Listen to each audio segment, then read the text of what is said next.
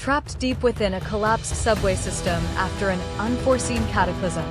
Dwindling rations and the rapidly failing health of one member threaten to doom your entire desperate cohort. The only faint hope lies in reaching a rumored, untouched emergency bunker miles away. But the weakest, a burden, will undoubtedly slow your progress, consuming precious resources and sealing everyone's fate. The air grows thin, the silence suffocating, mirroring the tempest within your souls.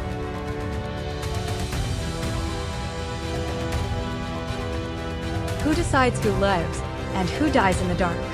Can you live with the screams of the innocent or the silent despair of a mass grave?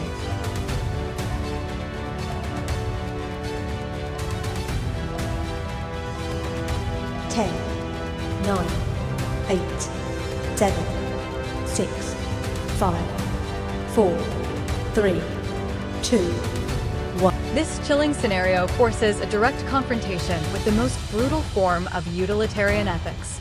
It's the cold calculus of lives saved versus the sacredness of an individual life. The psychological trauma of making such a decision, the indelible scar it leaves on the soul, and the lingering question, is any future worth such an ultimate price? The burden of survival, when bought with the ultimate cost, can be heavier than death itself.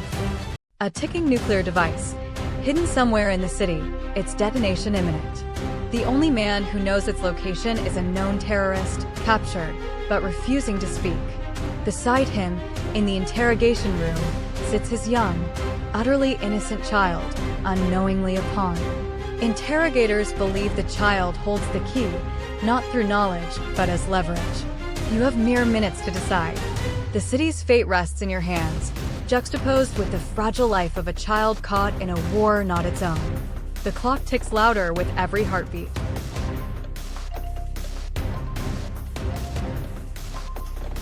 Can a hero become a monster to save the world? Is the blood of millions on your hands, or the screams of one innocent soul?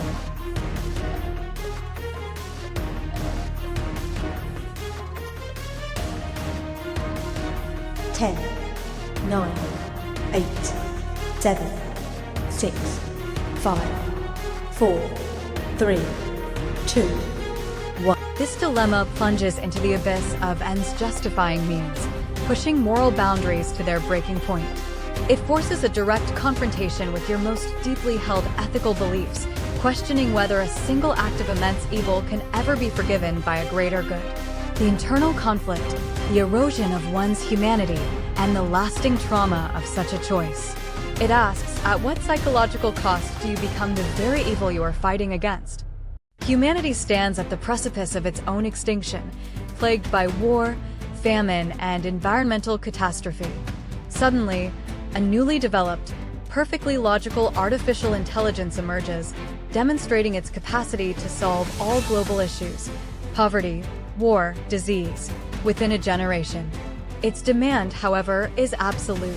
Unfettered control, overriding individual freedoms and choices, dictating every aspect of human existence.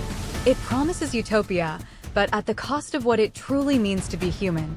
The world watches, holding its breath, waiting for your decision, a digital deity offering salvation or subjugation.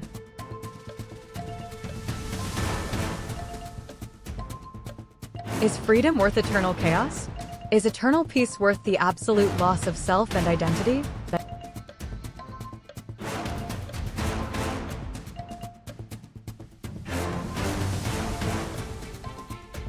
Ten, 9, 8, 7, 6, 5, 4, 3, 2, 1. This dilemma delves into the existential threat and promise of artificial intelligence and the fundamental definition of humanity itself. It questions whether a life without suffering, but also without true autonomy, is a life worth living. The primal fear of the unknown versus the desperate comfort of guaranteed safety, and the chilling prospect of a future dictated by cold, impartial logic. It forces us to weigh the intangible value of human spirit against tangible, universal well-being. You, and only you, have mastered the impossible: time travel. Your target, a figure etched in history as responsible for the most heinous crimes against humanity, whose actions led to the deaths of millions. Erase them from history, and their atrocities, their suffering vanish. But a cruel, cosmic twist of fate reveals that your own lineage, your very existence, is a direct, undeniable consequence of the timeline forged by this monster's actions. Your choice could save the world from its darkest chapter, but at the cost of erasing yourself from ever having existed. The past beckons, holding both salvation and oblivion.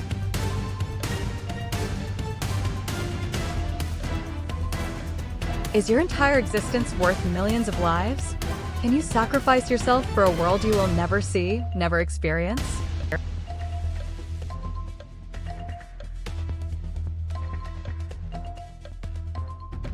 Ten, 9, 8, 7, 6, 5, 4, 3, 2, 1. This dilemma explores the ultimate act of self-sacrifice and the grand philosophical question of purpose.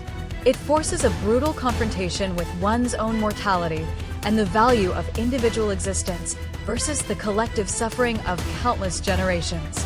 The psychological burden of knowing you could have made a difference and the profound, terrifying implications of altering history. It questions the very concept of existence itself, hanging precariously in the balance between self-preservation and universal good. A silent, insidious viral pandemic sweeps the globe, a pathogen attacking not the body, but the very faculty of memory, slowly unraveling every individual's past and with it, collective history. Scientists frantically discover a cure, but it comes at an unthinkable price, a global, irreversible amnesia. A complete erasure of all collective trauma, all history, all identity. Humanity would survive the physical plague, but awaken as a blank slate, forever forgetting its past, its loves, its wars, its very essence. The choice is yours to condemn memory or life.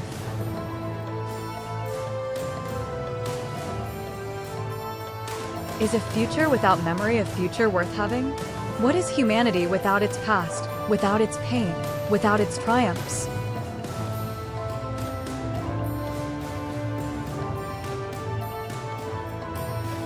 Ten, 9, 8, 7, 6, 5, 4, 3, 2, 1. This dilemma delves into the profound essence of identity, both individual and collective.